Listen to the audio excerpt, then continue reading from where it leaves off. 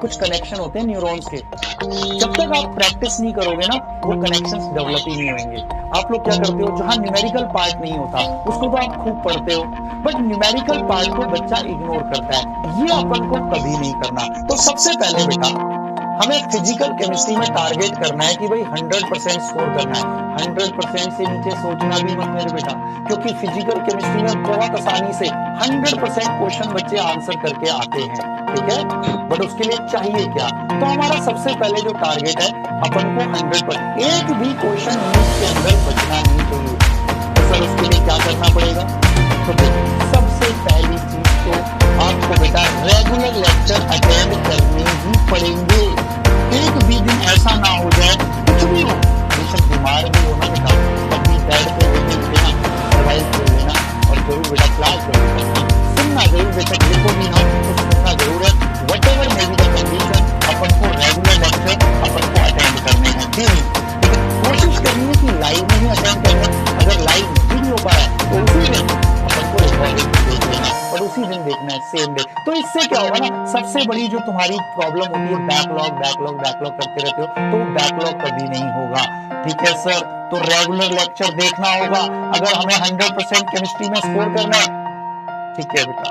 उसके अलावा डेली क्या होगा बेटा, मैं क्लास में कुछ क्वेश्चंस कराऊंगा। देखो होता क्या है ना, बच्चों को केमिस्ट्री, फिजिकल केमिस्ट्री स्पेशली और फिजिक्स में न्यूमेरिकल्स को लेके बहुत प्रॉब्लम होती है। क्योंकि देखो आप लोग क्या करते हो, जहां न्यूमेरिकल पार्ट नहीं होता उसको तो आप खूब पढ़ते हो, बट न्यूमेरिकल पार्ट को बच्चा इग्नोर करता है।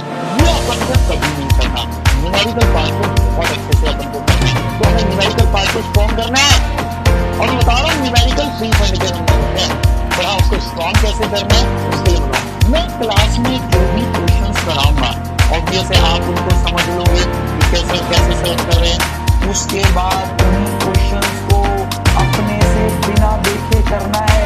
इससे क्या होगा बेटा, आपका मैथमेटिकल एप्टीट्यूड जो होगा ना ब्रेन में ना, मैथमेटिकल इक्वेशन सॉल्व करने के लिए कुछ कनेक्शन होता है न्यूरॉन्स के।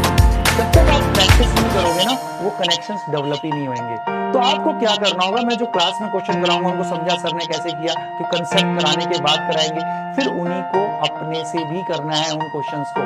उससे क्या है, आपके न्यूरोनल कनेक्शंस डेवलप होंगे, ब्रेन में हाईवे डेवलप हो जाएंगे, जो न्यूमेरिकल्स को कैसे हिट करने हैं, तो वो आपका पार्ट स्ट्रांग हो जाएगा, ठीक है। उसके अलावा अपन को क्या करना है, आपको रेगुलर बेसिस पर मेरे बेटा क्लास के बाद डीपीपी मिलेंगे। तो इनको घर पे, ये एक तरीके का होमवर्क होता है कि आज की क्लास में जैसे मैंने जो पढ़ाया, ठीक है, तो उसको उसी के आधार पे मैं आपको डीपीपी दूंगा। तो उस डीपीपी को आपको घर जाके 100% करना ही करना है। तो उससे क्या होगा कि आपने जो क्लास में पढ़ा है तो आपकी उसकी बहुत अच्छी रिवीजन हो जाएगी। उसके अलावा आपको अपन लोग प्रैक्टिस शीट देंगे चैप्टर खत्म होने के बाद, उनको करना है।